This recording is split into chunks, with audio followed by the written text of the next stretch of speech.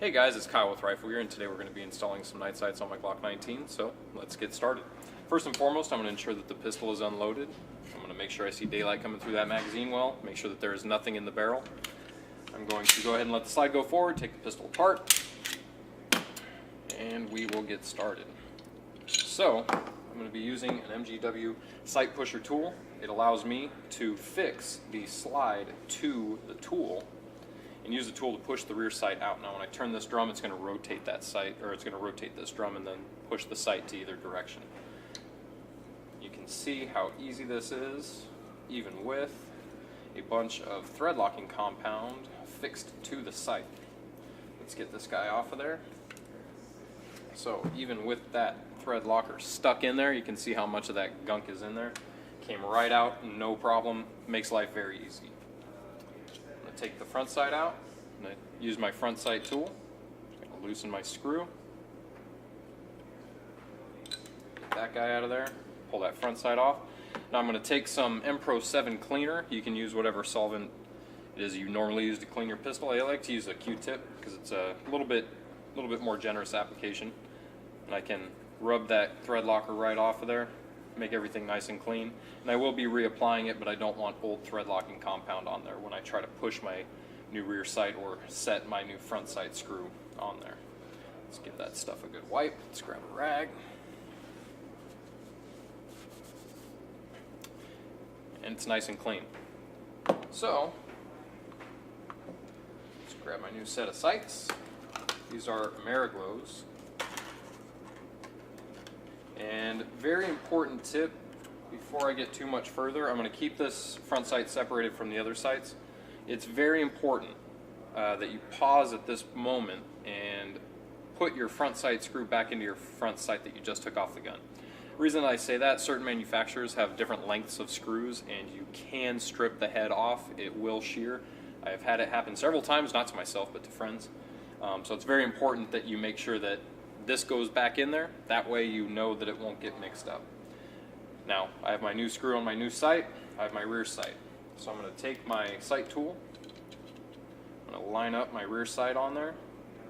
Now it's very important that you see how this makes a T shape, that you make sure that these corners are as close to 90 degrees as 90 degrees as you can get them before you lock that guy down.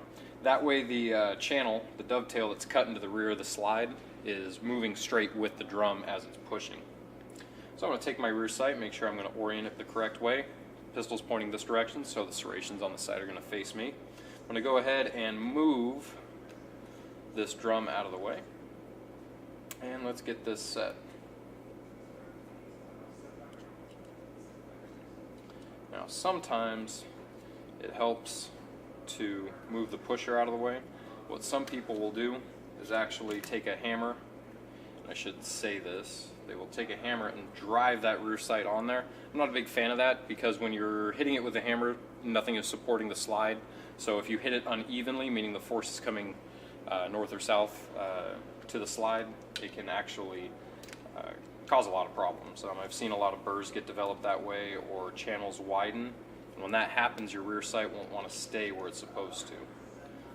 So, got that guy on there. We're going to go ahead and rotate this to where it looks center from the back, and I'll show you how I like to measure that before I put everything back together and bore sight it.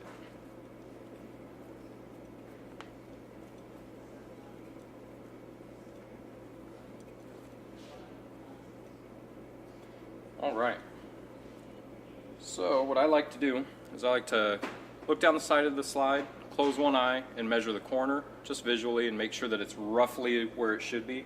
That'll get me in the ballpark that I need to be in to where I can fine tune it later. I'll remove my screw for my front sight.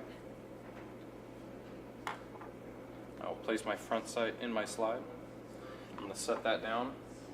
The way that I like to do this is put a dot of Loctite on the screw itself and put that guy back in the sight. So one dot of Loctite, line that up with the slide, get that guy nice and set in there, tighten that down. take my Q-tip and clean off that excess Loctite. The reason why I don't want excess Loctite in there, while it's wet, it could get on moving parts and it could bind them up. It can coagulate with other compounds that are in there, such as different lubricants. It's just best not to mix that kind of stuff. So, at this point, what I like to do is I like to visually inspect the front sight, make sure it's relatively straight. And looking at this one, you can kind of see it's tilted to the side. So what I will do now is take a set of pliers very gently, put them on the sight, and straighten it out. You can see now the front sight is relatively straight. So what I'm going to do now is I'm going to set the pistol down on the front end, and I'm going to look down the sights, face it this way so you can see. I will look down the sights, that way I can see if the rear sight is aligned relative to the other angles of the pistol. And it looks like it's pretty close. It looks like it actually may need to go back a spin or two on the sight tool. So let's get this guy back in there. And we're just going to push that over a hair. And then we'll visually inspect the rear of the slide, and that looks good to me. So at this point, some people will prefer to put a thread locker or some sort of adhesive on the rear sight. The way that I like to do that is I just put the applicator against the back of the rear sight, put one drop on either side. But what I like to do is as I'm doing that, let it drain a little bit into that channel so that it gets on there nice and deep. Then I take my Q-tip and once again wipe off the excess and grab another one. Get all that excess gunk out of there.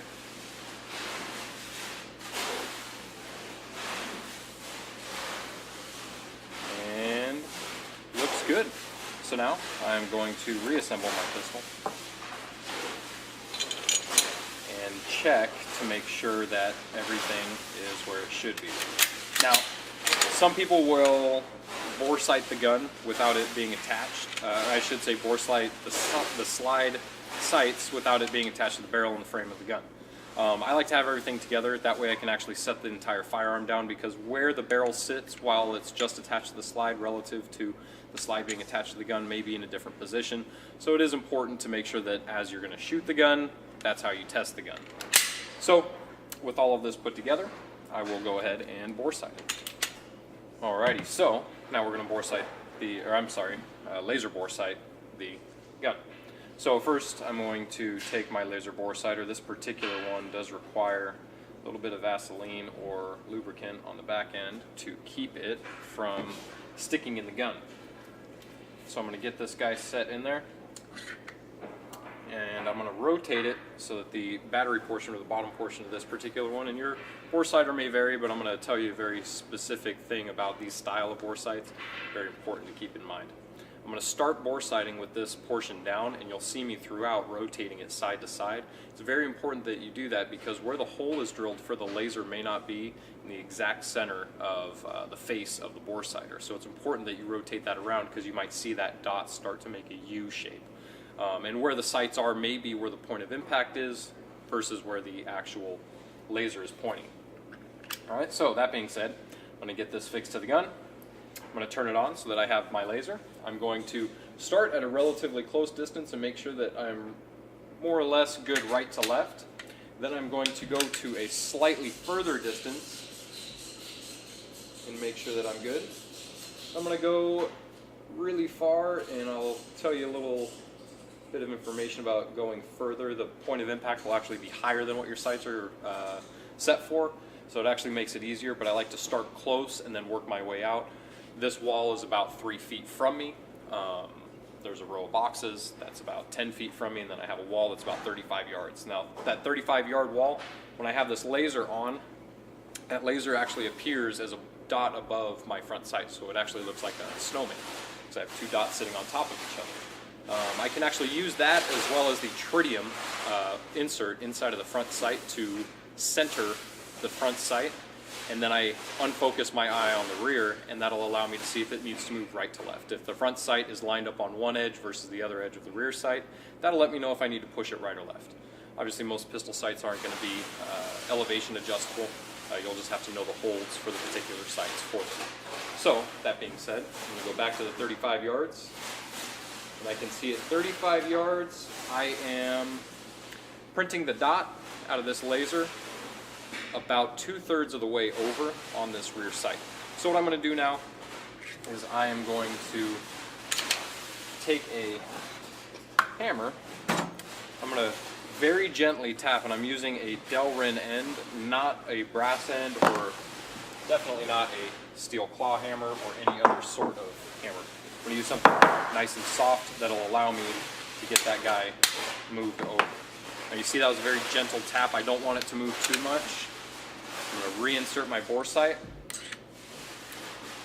and I'm going to check that at 35 yards again, and I am now dead center. So now that I have checked it, with this battery portion turned down, you're going to see me rotate it side to side, and that's to ensure that my dot that is projecting on the wall is going to coincide where my front sight sits. So I'm going to start that at the 10 yards, or 10 feet. I'm just going to make sure that that dot doesn't wander around too much. Kind of give me an idea of where it should be. And I'll move that to 35 yards and get a little bit better picture. And on this particular bore sight, I did see a little bit of movement at 35 yards, but definitely not at 10 feet. Thanks for tuning in. Make sure that you like and subscribe. If there's anything in particular that you'd like to see, you can always drop a comment down below. You can check us out on the web at RifleGear.com or on Facebook or Instagram. Also, be sure to tune in next week where we will have another workshop.